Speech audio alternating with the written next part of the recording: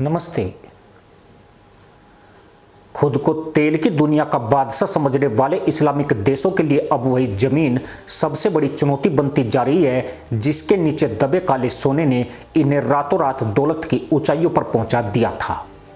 जमीन से तेल तो बेहिसाब निकला, आसमान छूती इमारतें खड़ी हो गई, रेगिस्तान के बीच चमकते शहर बस गए। लेकिन अब वही जमीन एक ऐसी सच्चाई दिखा रही है जिसने इन देशों की चिंता बढ़ा दी है, क्योंकि सोना उगलने वाली यह धरती लोगों को जिंदा रखने वाला पानी नहीं उगल पा रही है। और यही वजह है कि आज खाड़ी देशों से लेकर साउथ एशिया तक पानी को लेकर एक नई जंग शुरू हो चुकी है। दोस्तों, आज का वीडियो बेहद खास है। आज हम उन इस्लामिक देशों की ग्राउंड रियलिटी बताएंगे जो अपने तेल के कुओं पर गधैया नृत्य करते हैं। उन कुओं पर जिससे निकले काले सोने को उन्होंने जिस देश को बेचा, उसी पैसे से एक नया राक्षस पैदा कर दिया, यानी आतंकवाद। लेकिन आज उनके सामने ऐसा संकट खड़ा हो चुका है जो आतंकवाद, युद्ध और राजनीतिक अस्थिरता से भी कहीं ज्यादा बड़ा है, यानी पानी। पानी की यह जंग सिर्फ पाकिस्तान या मिडिल ईस्ट तक सीमित नहीं है, बल्कि यूं कहें कि 57 मुस्लिम देशों में से ज्यादातर में पानी के लिए अफरा तफरी मची है। पाकिस्तान से लेकर अफगानिस्तान, मालदीव, बांग्लादेश तक चारों तरफ हाय पानी दे पानी का शोर है।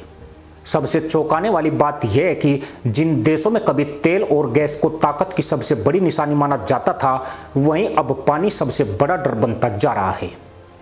संयुक्त राष्ट्र की कई रिपोर्टों के अनुसार दुनिया में अरबों लोग सुरक्षित पानी से वंचित है और सबसे ज्यादा प्रभावित क्षेत्रों में अफ्रीका, साउथ एशिया और मुस्लिम बहुल गरीब देश शामिल है। यानी जिस दुनिया में कभी तेल के कुओं को देखकर ताकत का अंदाजा लगाया जाता था, वहां अब आने वाले समय की असली ताकत पानी तय करने वाला है। विश्व स्वास्थ्य संगठन और अंतरराष्ट्रीय एजेंसियों के आंकड़े इस खतरे की भयावहता को और ज्यादा डराने वाले बना देते हैं। दुनिया में हर साल लगभग 14 लाख लोग केवल गंदे पानी, खराब सफाई व्यवस्था और सुरक्षित पानी की कमी की वजह से अपनी जान गंवा देते हैं। यानी हर दिन करीब 4000 लोग ऐसी मौत मरते हैं जिसे रोका जा सकता था। सबसे ज्यादा असर अफ्रीका, साउथ एशिया और गरीब मुस्लिम देशों में दिखाई देता है। सोमालिया इस संकट की सबसे भयावह तस्वीर बन चुका है। लगातार सूखा, कमजोर अर्थव्यवस्था और अस्थिरता ने वहां हालात ऐसे बना दिए हैं कि लाखों लोग भोजन और पानी दोनों के लिए संघर्ष कर रहे हैं। केवल कुछ वर्षों के भीतर सूखे और उससे जुड़ी भूख प्यास की वजह से 43,000 लोगों की जान चली गई, जिनमें अधिकतर छोटे बच्चे थे। कई इलाकों में पानी के स्रोत पूरी तरह सूख चुके हैं। लोग अपने पशु बेच रहे हैं क्योंकि उन्हें पानी नहीं मिल रहा है। बच्चे कुपोषण का शिकार हो रहे हैं। गांव में पलायन बढ़ता जा रहा है।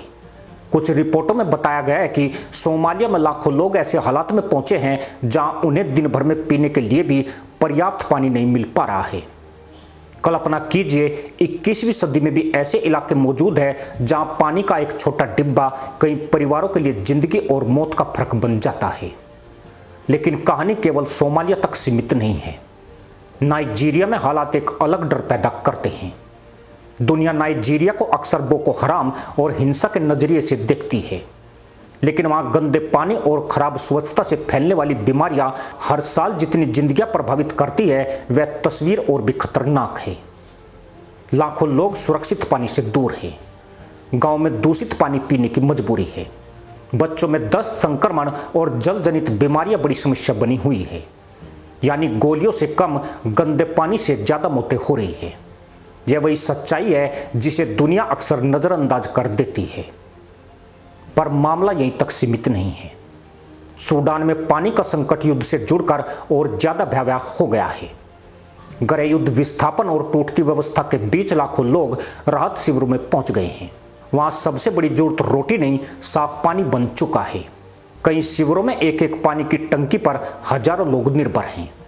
साफ पानी की कमी की वजह से हैजा और संक्रमण फैलने लगा है। अस्पतालों में दवाइयों से ज्यादा जरूरत पानी की महसूस हो रही है। संयुक्त राष्ट्र की रिपोर्टों में कई बार चेतावनी दी गई है कि अगर पानी और स्वच्छता की स्थिति नहीं सुधरी तो बीमारी युद्ध से भी ज्यादा लोगों को प्रभावित कर सकती है। अब जरा पाकिस्तान की तरफ आइए। पाकिस्तान की आबादी आज लगभग 25 करोड़ के आसपास पहुंच चुकी है। लेकिन जल भंडारण क्षमता बेहद सीमित मानी जाती है। विशेषज्ञ वर्षों से चेतावनी देते रहे हैं कि पाकिस्तान उन देशों में शामिल है जहां पानी की उपलब्धता तेजी से घट रही है। पाकिस्तान में केवल दूषित पानी और खराब स्वच्छता की वजह से हर साल 50,000 से ज्यादा बच्चों की मौत दूषित पानी और उससे जुड़ी बीमारियों से होती है। वहां लगभग 8 करोड़ लोग सुरक्षित पानी से दूर हैं और यह उस देश की हकीकत है जो खुद को परमाणु ताकत कहते हुए नहीं थकता है।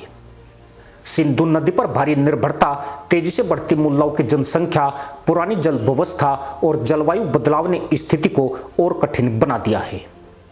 कराची जैसे शहरों में पानी माफिया तक की चर्चा हो रही है।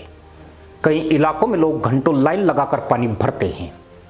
गर्मियों में पानी को लेकर मुल्लाओं के बीच झगड़े की खबरें सामने आती है। दूषित पानी से फैलने वाली बीमारियां हर साल हजारों लोगों का होर मिलन करा देती है। पाकिस्तान के कई स्वास्थ्य विशेषज्ञों ने चेतावनी दी है कि साफ पानी की कमी और दूषित जल स्रोत आने वाले समय में सबसे बड़ा सार्वजनिक स्वास्थ्य संकट बन सकते हैं। लेकिन पाकिस्तान की असली चिंता केवल पीने का पानी नहीं है।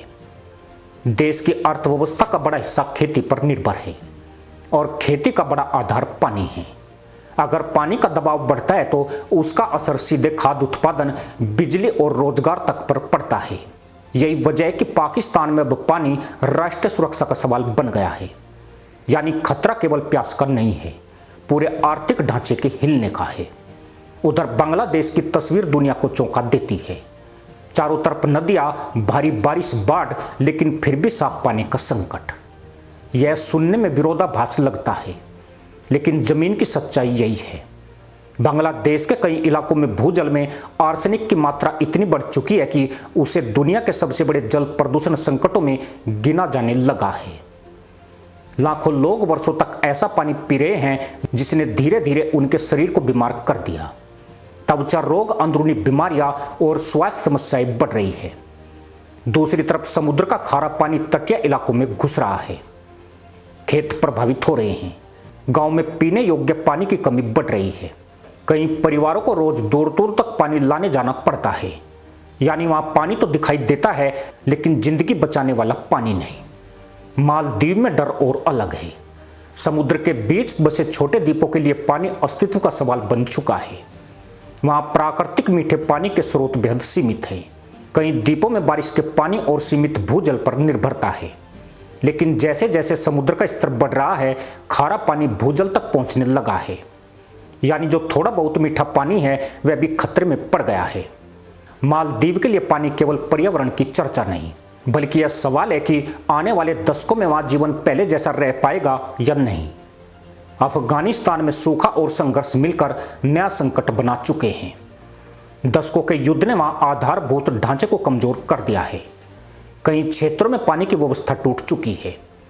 खेती प्रभावित हुई है। गांव से पलायन बढ़ रहा है। कुछ इलाकों में लोग घंटों पैदल चलकर पानी लाने को मजबूर हैं। संयुक्त राष्ट्र की एजेंसियों ने कई बार चेतावनी दी है कि अफगानिस्तान में लाखों लोग गंभीर खाद्य और जल संकट की स्थिति में हैं। और सबसे बड़ा डर यह है कि जब पानी कम होता है तब स्थानीय तनाव बढ़ने लगते हैं। लेकिन सबसे ज्यादा चौंकाने वाली बात खाड़ी देशों की है। सऊदी अरब, संयुक्त अरब अमीरात, कतर और कुवैत जैसे देशों के पास तेल की कोई कमी नहीं है। अरबों डॉलर की अर्थव्यवस्था, चमकते शहर, लेकिन प्राकृतिक मीठे पानी के स्रोत बेहद सीमित। सऊदी अरब दुनिया के सबसे बड़े समुद्री पानी शुद्धिकरण केंद्रों में शामिल है।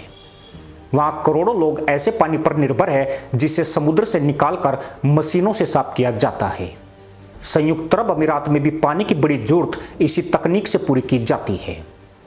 यानी तेल के बिना कुछ समय गुजारा हो सकता है, लेकिन पानी के बिना बिल्कुल नहीं। और यही वजह है कि इन देशों में पानी को लेकर अंदरूनी चिंता लगातार बढ़ती जा रही है। अब इस पूरी कहानी का सबसे खतरनाक हिस्सा समझिए। विशेषज्ञ लगातार चेतावनी दे रहे हैं कि पानी की कमी केवल प्यास नहीं बढ़ाती, यह पूरे समाज को अस्थिर कर सकती है।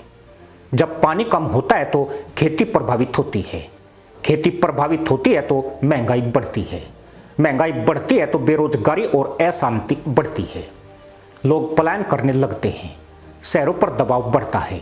बीमारियां फैलती है और धीरे धीरे पूरा देश आर्थिक और सामाजिक संकट में फंस सकता है। यही वजह है कि अब कई विशेषज्ञ कहने लगे हैं कि आने वाले समय में पानी का संकट आतंकवाद से भी बड़ा खतरा बन सकता है।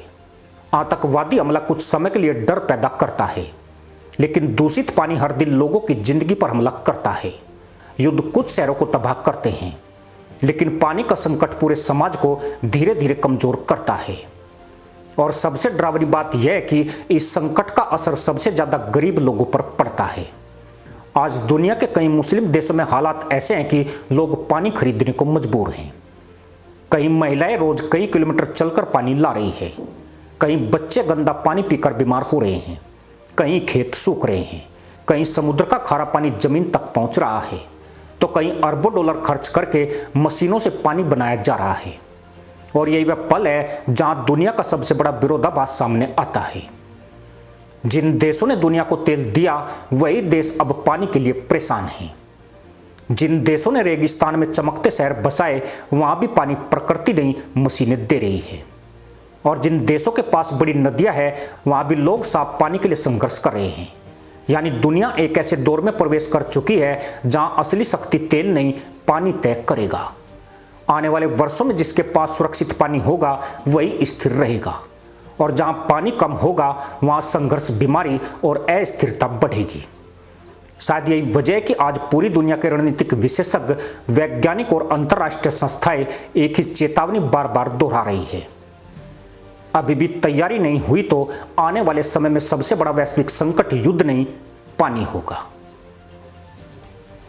इसी के साथ अनुमति दोस्तों, जय हिंद, वंदे मातरम।